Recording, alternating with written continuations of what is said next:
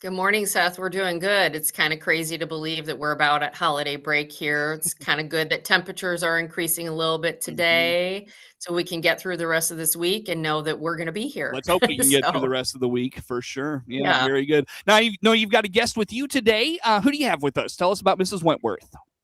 I do. I have Miss Wentworth with me. She is the elementary school principal, and I thought it would be great to invite her on today to share a little bit of what she's been doing to welcome and mentor the new teachers in her building. So she is the largest building in our district in terms of the amount of staff that she supervises and evaluates. So she typically is also the administrator that has the most new staff, simply because of enrollment and retirements and whatnot. And she happens to have a group of what I call Rockstar Five, and she's got different terms for them as well. But I thought it would be great for her to share how she's welcomed them to the building and the ongoing celebration of these new teachers. You know, we're in a horrible teacher shortage Mm-hmm. across the state and the nation. And it's so critical that we are welcoming our new teachers so that they want to stay in the field. The statistic, unfortunately, is still that new teachers typically only last about 5 years. So I think it's really important that administrators and school boards know how critical it is that we support them.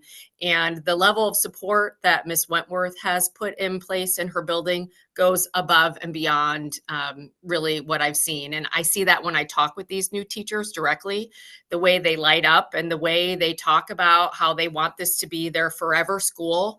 And, they're in their first year of teaching. So a statement like that is pretty powerful, Sure, right? sure. Yeah.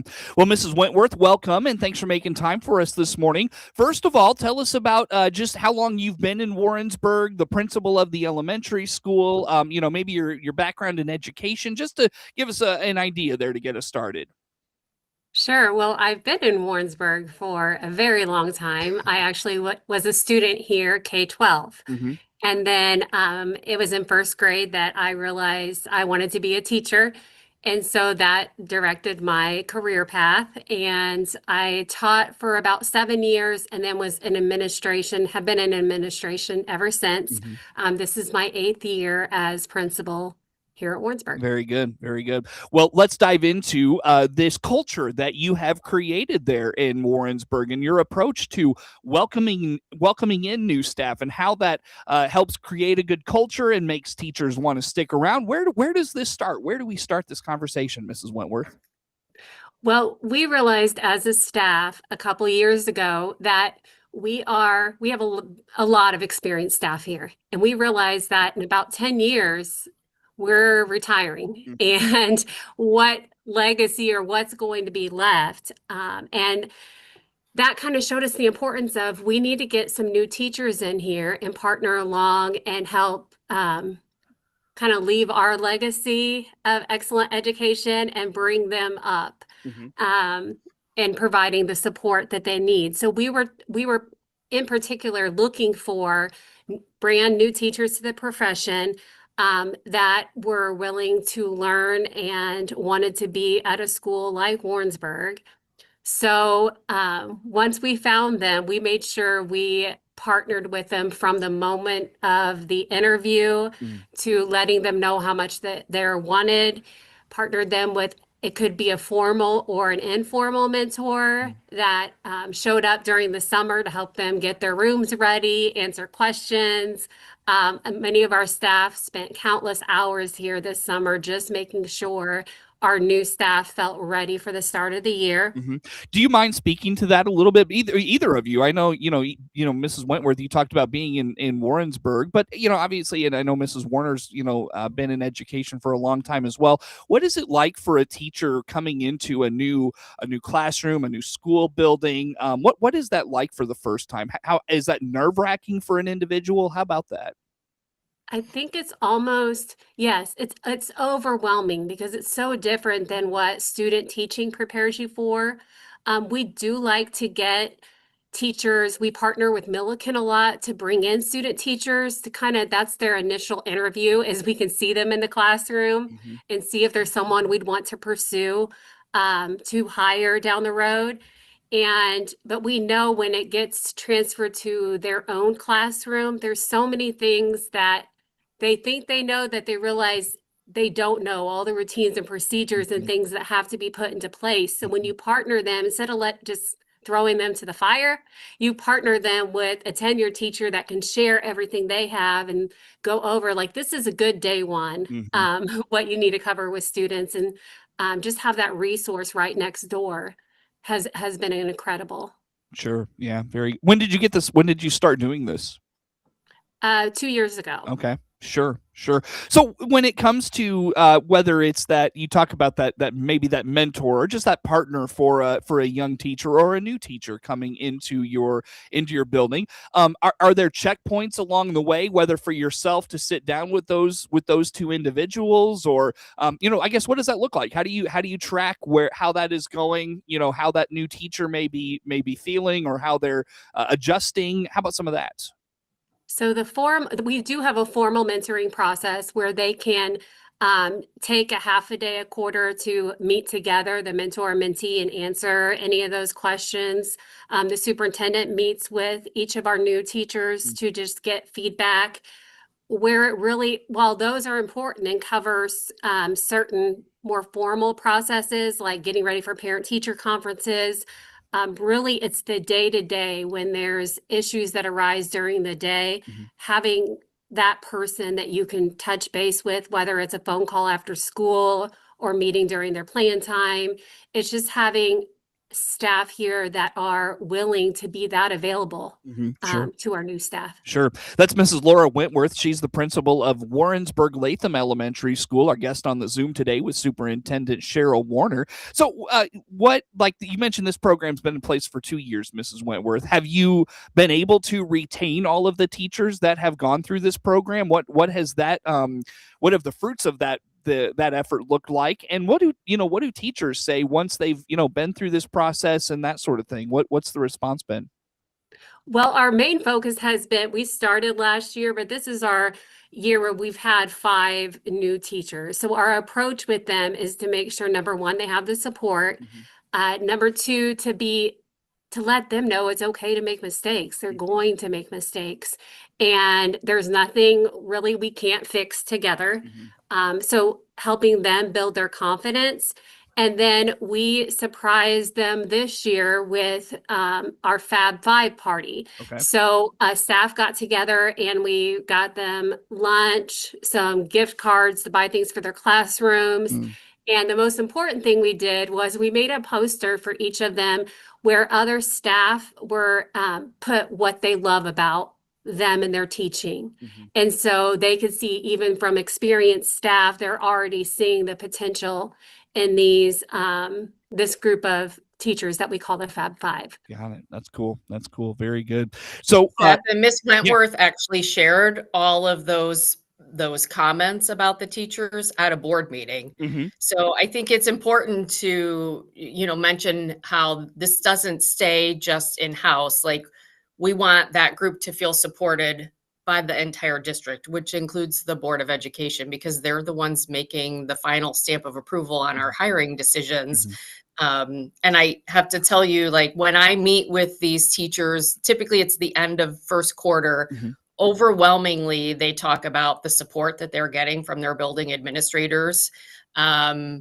They talk about the evaluation process as a new teacher, which can be very intimidating, right? But they have all said, Ms. Wentworth and Mr. Dorgan make this as comfortable as possible and give me the best feedback to make changes. So they don't see it as a threatening type of experience, which years and years ago, new teachers, could be nauseous over the fact that they were being evaluated for the first time. And they truly work and talk with their mentors, whether it's formal or informal mentors, on a daily basis.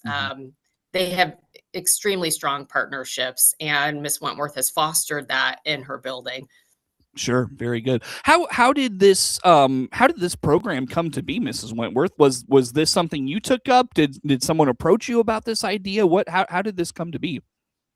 Well, like I said, our staff decided together that, hey, we need some new faces here, since there's going to be a huge group of us that will leave at the same time.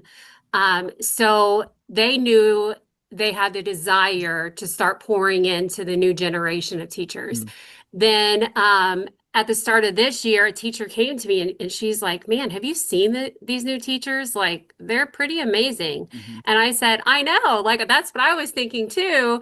But I recommended them to be hired. So I wasn't sure if I was biased. And then a couple more teachers came.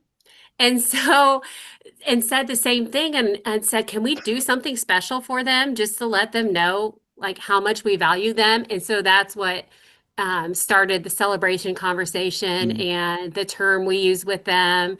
And that's kind of how we refer to them in staff meetings and things like Mm. we just transformed our hallways for Christmas Mhm. yesterday. And so the Fab Five has an idea for next year that they want to get on board and start learning how we do that as That's well. cool. Nice. Very good. Well, and of course, that fosters probably I was going to say entitlement. That's totally the wrong word. Ownership of, Yeah. that they want to stay and be a part of what you have there. I think that's a great thing as well. Kind of fosters that, just desire to have a stake in what's going on. So yeah, cool. Very good. I have to say I want to say one more thing I think that is critical to this is that when the new staff came in, there was no sense of competition amongst each other. Mm. That if you watch them, it is really they build each other up, they encourage each other. That's been one of the most powerful things to see because a lot of times you'll see that, well, I would do it this way or that way, but no, they listen, Mhm. they share ideas, they celebrate each other. It's truly amazing to just witness. That's fantastic. Very good. Mrs. Wentworth, Mrs. Warner, did I miss anything in this conversation you guys wanted to put out there that I just missed that you want to get to today? I think just reiterating what a family-focused work environment it feels like. Mhm. Like Miss Wentworth said, they're all um, supporting each other, and that's so critical. Several of the new teachers have called their mentors or their colleagues their work moms. And as there's humor in that, but it's really critical to tell you kind of the culture and climate that's being built, and they will be the future leaders of the district as we move forward. I see them staying here for the long term, and a lot of that's because of the hard work and support that's being put in place right now. Fantastic. Well, Mrs. Wentworth, thank you for sharing that with us. Great stuff. Enjoy the rest of the semester, what's left of it. Have a good break, and hopefully we catch up again soon. Thank you for doing this. Thanks. Yeah, Take for care. sure. That's Mrs. Laura Wentworth. She's the principal of Warrensburg-Latham Elementary School. Our guest on the Zoom today with Superintendent Mrs. Cheryl Warner, and we'll talk with Mrs. Warner coming up on the other side of the break on the WHOW Morning Show. WHOW.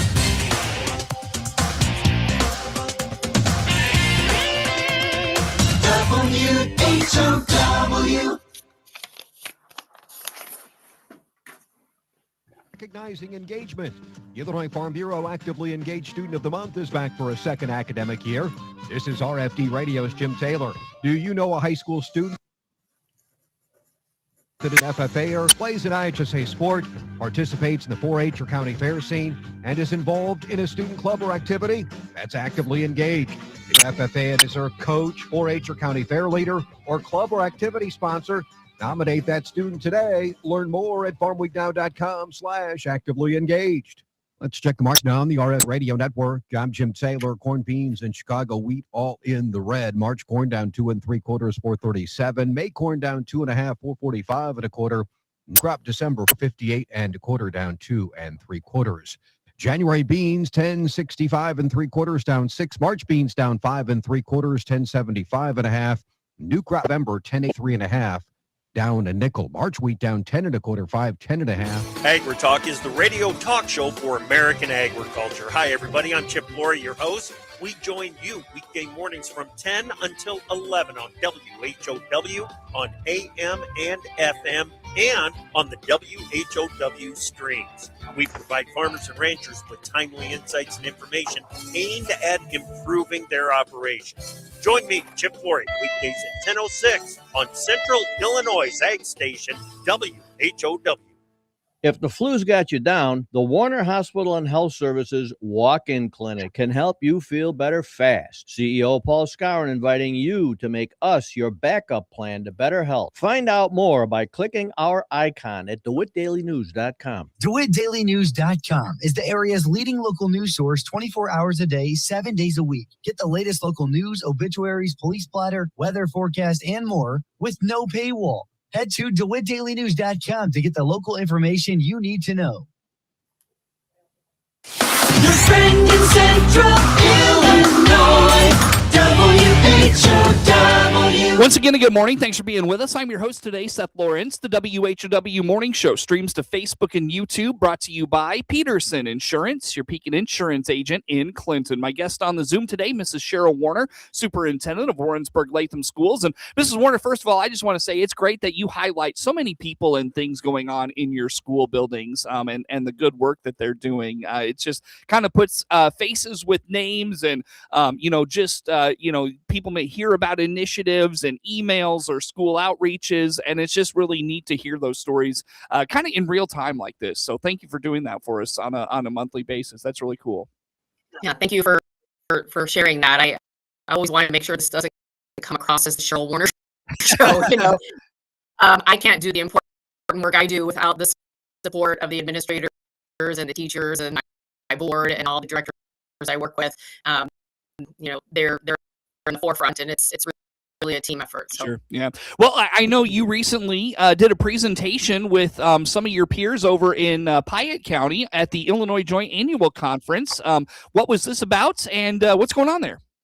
Right. So the Illinois School Board Conference occurs every November in Chicago. It's a joint conference, so that means it's the Illinois Superintendents Association, the School Board Association, as well as the Illinois School Business Officials Association. So myself, Jill Reedy, the Regional Superintendent for Macon Piatt, and then Mary Vogt, the Superintendent of Bement, did a presentation on a collaborative approach to reunification at this conference. And it was very well received. We had a packed house. We had an individual from the Illinois School Board Association present who wrote an article about the presentation. We've had lots of districts across the state reaching out to us afterwards for additional information. And it's really just started a lot of momentum for this collaborative approach that we've been focusing on with the region. And bringing it and highlighting it at the state level. And it's been a little over a year since we've talked about reunification planning on the show. And we've just really made leaps and bounds of progress since that occurred over a year ago at this point. So I thought it'd be a good topic to touch base on. Well, how have you made progress, or where have you made progress? What's that look like? Right. So remember, reunification is for, crisis planning purposes, and it could be for any number of reasons. It could be a natural disaster. It could be a train derailment. Of course, what people think of most is an active shooter situation where you're taking a school building or a district and you're evacuating to a different location, and the process that occurs, right? Mm-hmm. So both Bement School District and Warrensburg-Latham School District has made a lot of progress in this planning. And we've held full-scale drills and exercises with our staff and with our communities to prepare for something like this. And we've been working really hard across the 12 districts in Macon and Piatt County with the collaboration of our regional superintendent, who's been pushing and planning behind the scenes for 5 years at this point. And this summer, we met as a group with local law enforcement, plus a new individual who's taken on a safety official role for the region, retired Decatur Police Chief Shane Brandell.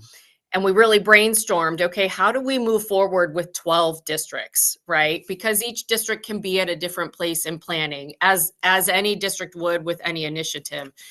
And meeting with the law enforcement and the EMS individuals really helped us realize one of the obstacles we were facing when you're trying to collaborate with 12 districts is if you have 12 districts choosing 12 different reunification sites. And law enforcement just had to be brutally honest with us and say, like, we can't pull this off for 12 of you.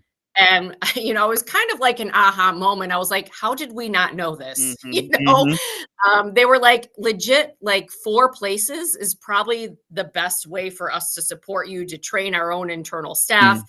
And so we kind of reframed everything we've been doing, with lots of lessons that have been learned through the last 2 years. And we have now isolated to 2 locations, one for Macon County, one for Piatt County. And they are the locations that were chosen for Warrensburg-Latham and Bement, because a lot of structure had already occurred and planning had occurred there.